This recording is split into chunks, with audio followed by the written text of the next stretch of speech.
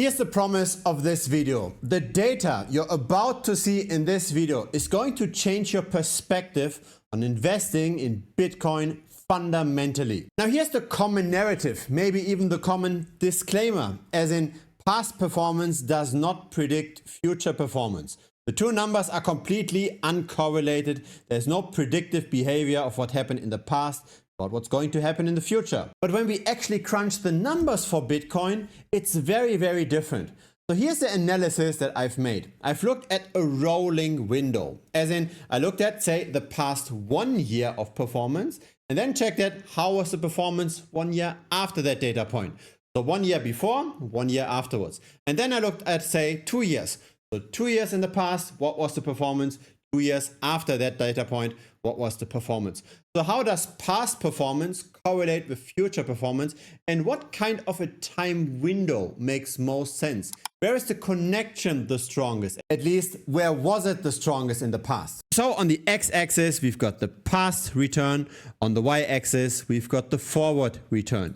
And here is the analysis regarding the window. So when we've got a constant window, so 1 year in the past, 1 year in the future, how strong is the connection? How much does past performance explain future performance? That degree of explanation is measured in a statistical term called R squared. So this measures at how much past performance correlates with future performance. How far are those data points away from the regression line? We are using log returns, by the way. The best time window, so the best connection of past performance to future performance, where the explanatory value is the highest, is 691 days. So a bit under 2 years. We look at 2 years in the past and 2 years in the future, and then we get a relatively strong correlation. And that's what we see over here. Now the correlation is inverse. So when there was negative performance in the past, we tend to see most positive performance in the future. Now, is that a surprise? Not really, right? When we buy after a crash, we tend to have more performance afterwards. When we buy at the all-time high, we tend to have a bit less performance. But that connection is the strongest for 691 days. Now, what does this mean for the current Bitcoin price? 691 days ago, that was at the beginning of June of 2024. And since then, Bitcoin has slightly appreciated. It went up by roughly 12% or so. So that means on this chart, we are roughly over here. We have to then check on our expected forward return. The log forward return is roughly 100%. So let's convert 100% log return into regular return. We get 172%. So our expectation is that 2 years from now, a bit less than 2 years from now, we will gain 172%. That means in March of 2026, according to that statistical analysis, we should be close to $215,000. Roughly. That's simply our expected return. It's not necessarily what has to happen. It's just how the data points historically aligned. When we look at past performance, predicting future performance.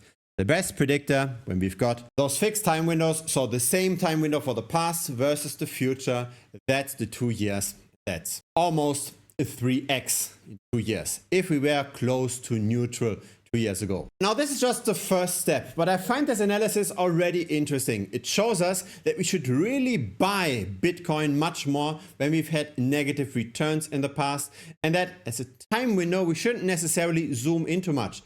We should just look at, say, the last 2 years. We should not necessarily buy the dip aggressively if we just went down, say, in the last month, the last 2 or 3 months, because that dip doesn't necessarily on average explain as much future performance, right? Just have a look at, say, the 200-day window. The future performance is not that well explained with what happened in the past 200 days. Let's actually have a look at this. Let's plot this. So let's say we've got 200 days of look back and 200 days of forward.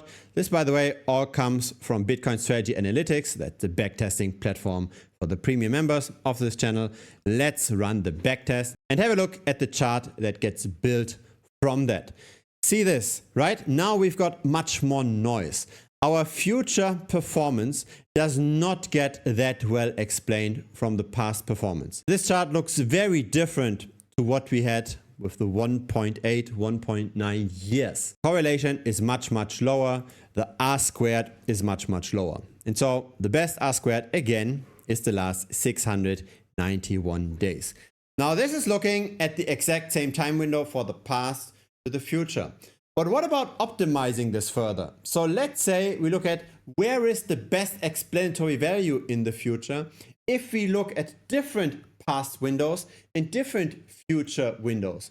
Is there maybe a perfect combination? And of course the answer is yes, there is. So we've got our look back window on the left, we've got our forward window at the bottom, and the darker this is over here, the stronger is our R squared. The best data point is this one here. It's a look back window of 782 days and a forward-looking window of 1,382 days. So a bit over 2 years in the past and a bit under 4 years in the future. That's the best combination. And that's then the chart. Now we've got really strong correlation. It's much better compared to just, say, looking at the last 200 days versus the next 200 days. When we look at the past 2 years versus the future 4 years, we have an extremely strong negative correlation. So let's look back 782 days.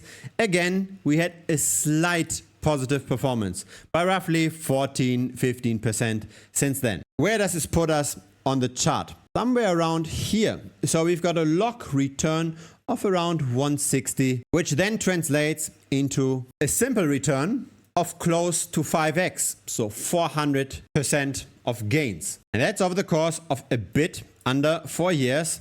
If we crunch the numbers exactly, this is where we get our prediction. February 2030 with a close to 400% price appreciation, bringing Bitcoin to a bit under $400,000, so 300,087 roughly. So those are the two predictions based on the fixed model. Just looking at the next 691 days, we should have a Bitcoin price slightly above 200K in March of 2028. And based on the flexible time window analysis, which unfortunately has less data points, of course, we should be close to 400K by February of 2030. None of this is certain. All of this is financial modeling, but it gives us realistic time horizons. It gives us an idea how long we should Bitcoin hold. It also gives us an idea how much upside potential we have based on how Bitcoin ran, say, in the last 1 or 2 years. Currently, we are neither very cheap nor very expensive. So it's better to have a time horizon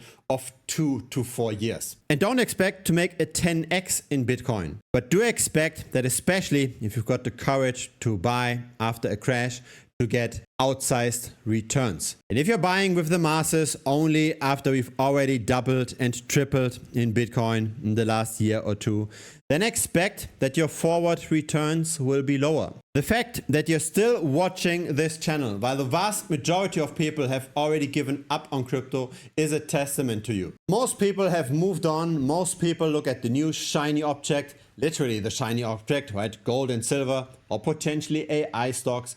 Very few people buy during a dip. There's very little attention on crypto when prices are comparatively cheap. Now, they're not super cheap right now. They're just typical, but still, even the typical performance for Bitcoin over the years tends to be quite high. The problem is that the average investor tends to buy here after we've already seen a lot of return in the past, and then the future returns aren't that great. We want to buy when the past returns haven't been that great, and that's especially true if the last 2 years haven't been that great. If you want to get access to this analytics platform, and if you want to know the trades that I personally do and how I allocate my portfolio, feel free to check out the premium membership. Link pops up over here on the screen. If you got some value out of this video, feel free to give it a like. Feel free to also subscribe. I publish videos regularly. Thanks for watching and see you next time.